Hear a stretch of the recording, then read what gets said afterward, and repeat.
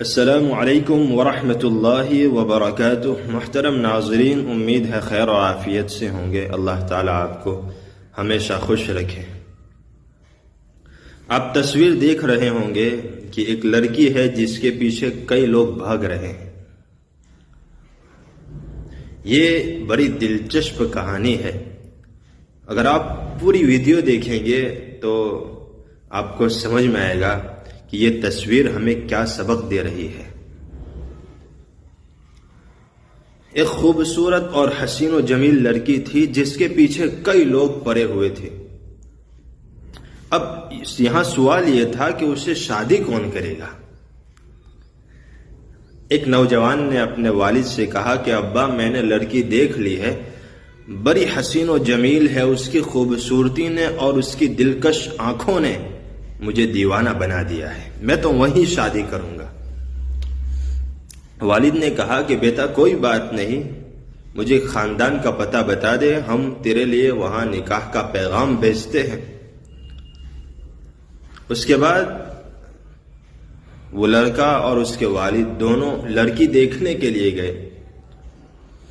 تو جیسے ہی باپ کی نظر اس لڑکی پر پڑی، وہ بڑی خوبصورت تھی، بڑی حسین و جمیل تھی، وہ متاثر ہوا۔ اس نے کہا کہ بیٹے، یہ لڑکی تیرے لائق نہیں ہے، یہ تو ایسے شخص کے لائق ہے جو تجربہ کار ہو، جس پر بھروسہ کیا جا سکتا ہو، اور وہ میں ہوں۔ لڑکا بڑا حیران ہوا۔ اس نے کہا کہ یہ کیا ہو گیا، میرا باپ اس سے شادی کرنے کے لیے تیار ہو گیا۔ دونوں کے درمیان جھگڑا ہوا کہ نہیں، میں اس سے شادی کروں گا، باپ کہتا ہے میں اس سے شادی کروں گا۔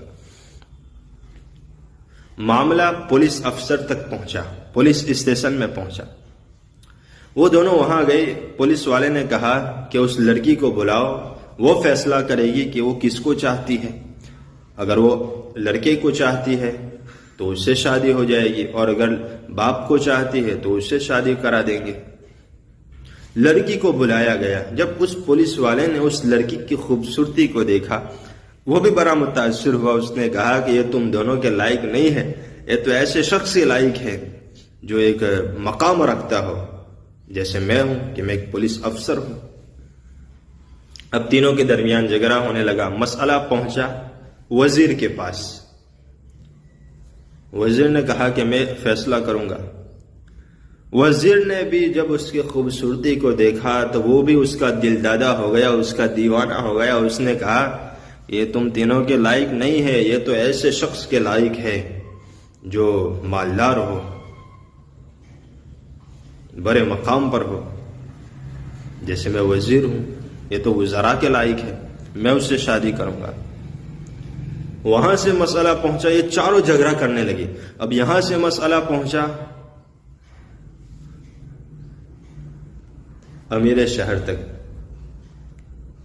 بادشاہ تک مسئلہ پہنچا۔ بادشاہ نے کہا کہ چلو میں تمہارے درمیان فیصلہ کرتا ہوں۔ تو بادشاہ نے جب اس لڑکی کو دیکھا تو وہ کہنے لگا کہ یہ تمہارے لائق نہیں ہے، یہ تو بادشاہ کے لائق ہے، سب سے اعلیٰ درجے پر میں ہوں، یہ لڑکی میرے لائق ہے، میں اس سے شادی کروں گا۔ اب پانچوں کے درمیان جھگڑا شروع ہو گیا، ایک دوسرے سے جھگڑنے لگے۔ لڑکی خاموشی کے ساتھ بیٹھی ہوئی تھی، وہ کھڑی ہوئی، اس نے کہا کہ اس مسئلے کا حل میرے پاس ہے، اس مسئلے کا حل میرے پاس ہے، وہ یہ کہ میں بھاگتی ہوں، تم میرے پیچھے بھاگو، جو بھی سب سے پہلا میرا ہاتھ پکڑ لے گا میں اسے شادی کر لوں گی۔ وہ پانچوں راضی ہو گئے۔ کون کون؟ لڑکا، اس کے والد، پھر اس کے بعد پولیس والا، وزیر اور بادشاہ، پانچوں راضی ہو گئے کہ کوئی بات نہیں، جو بھی تیرا ہاتھ پہلے پکڑ لے گا وہ شادی کر لے گا۔ لڑکی بھاگنے لگی اور وہ پانچوں اس کے پیچھے بھاگے۔ درمیان میں کھڈا آیا تو وہ پانچوں اس کھڈے کے اندر گر پڑے۔ لڑکی اوپر سے پکار پکار کر کہہ رہی ہے کہ تم پانچوں میرے پیچھے بھاگتے رہے، تمہیں معلوم ہے میں کون ہوں؟ تمہیں معلوم ہے میں کون ہوں؟ میں دنیا ہوں، میں وہ ہوں جس کے پیچھے ہر انسان بھاگتا ہے، اور جو بھی میرے پیچھے بھاگتا ہے وہ اپنی آخرت کو، اپنی دین کو تباہ و برباد کر دیتا ہے۔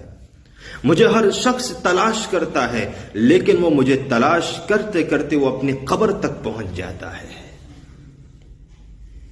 ناظرین کرام، اس کہانی کا سب سے خوبصورت میسج، سب سے بہترین سبق یہ ہے کہ ہم دنیا کی چمک دمک کے پیچھے لگنے سے بہتر یہ ہے کہ ہم اپنی آخرت کی طرف توجہ دیں۔